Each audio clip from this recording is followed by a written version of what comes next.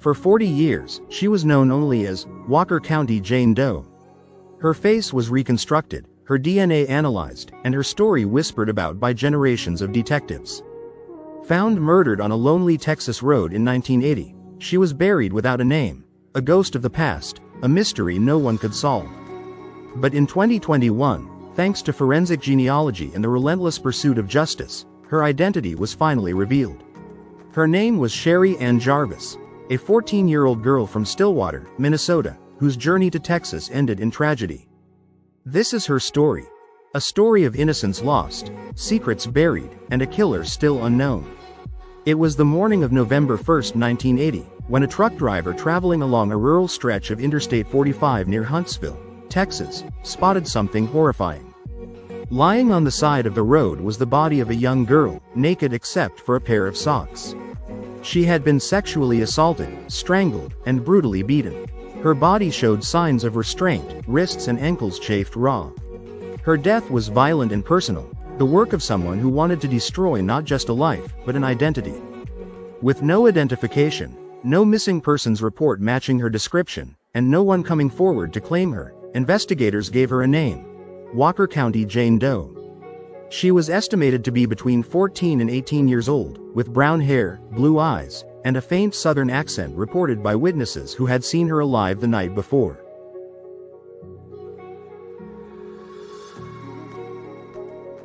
In the hours before her murder, multiple witnesses reported seeing the young girl near a truck stop in Huntsville, a transient crossroads for truckers and drifters. She was described as polite but nervous, asking for directions to the Ellis prison unit. She said she needed to see someone there, one witness recalled.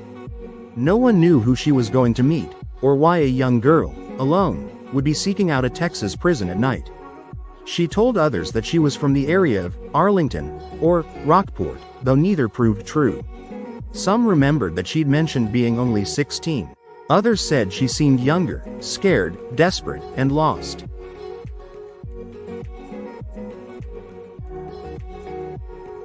The discovery of Walker County Jane Doe shook local authorities. The brutality of the crime, combined with the girl's youth, created a sense of urgency. But despite every effort, sketches, press releases, and nationwide bulletins, no leads materialized. She was buried in a small cemetery near Huntsville, her headstone engraved simply with "Unidentified white female, found November 1, 1980. Over the years, detectives came and went. The case file thickened with dead ends and false leads. Each new investigator promised to solve it. Each one left empty-handed. And as time passed, her case faded from headlines into silence. But technology, and a few determined strangers, were about to change everything. In the late 2010s, as forensic genealogy began revolutionizing cold case investigations, Texas authorities exhumed Walker County Jane Doe's remains in hopes of extracting usable DNA. Her genetic profile was uploaded to databases like GEDmatch and Family Tree DNA, where genealogists began tracing potential relatives. It was painstaking work, one DNA strand at a time, one connection at a time. Then, in 2021, a match appeared. Her name was Sherri Ann Jarvis. After 4 decades of anonymity, the girl buried under a false name finally had her identity restored. Sherri Jarvis was born in Stillwater, Minnesota, in March 1966. She was only 13 years old when she ran away from a youth home in nearby Hennepin County in the summer of 1980. Like many runaways, she was likely searching for freedom, excitement, or simply escape from circumstances she didn't fully understand. Somehow, Sherri made her way over 1,000 miles south to Texas. How she got there, and who she met along the way, remains one of the case's most haunting mysteries. Her family had searched for her for years, never knowing what had happened. By the time her identity was confirmed, her parents were gone, but extended relatives were finally able to learn the truth. Their missing daughter hadn't disappeared by choice. She had been murdered just months after leaving home. Once identified, investigators revisited old leads with fresh eyes. Witnesses from 1980 had described a man who may have picked Sherri up near the truck stop, possibly a trucker or someone connected to the prison system she had been trying to visit. Why she was asking for the Ellis unit remains unclear. Some speculate she may have known someone incarcerated there, a friend, a boyfriend, or someone she believed could help her. Others believe she was simply confused, perhaps lured there by a man who promised to take her to safety. Her injuries told a grim story. She had fought back. Whoever killed her overpowered her brutally. Her final moments were filled with violence and terror. A child alone in the darkness, facing evil in its purest form. Despite her identification, Sherri's killer has never been caught. No arrests have been made, and no definitive suspect has ever been named. But the revelation of her identity reignited public interest and renewed hope.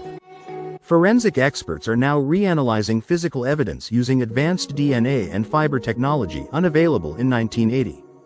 There's reason to believe that the man who killed her could still be alive, or that his DNA might one day match another unsolved case in Texas's long, grim history of highway murders.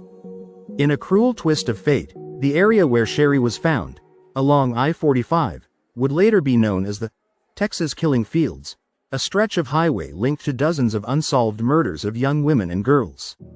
It's possible her killer was one of the earliest predators in that deadly corridor. After her identification, Sherri's grave was rededicated under her real name. A new headstone was placed, engraved with the words, "Sherri Ann Jarvis, finally home." Her story is both heartbreaking and inspiring. Heartbreaking because of the violence she endured, inspiring because technology and persistence gave her a voice after 40 years of silence. She was not Jane Doe. She was a daughter, a sister, a friend. And now, the world knows her name. The case of Sherri Jarvis reminds us that every Jane Doe has a story, and someone, somewhere, who loved them.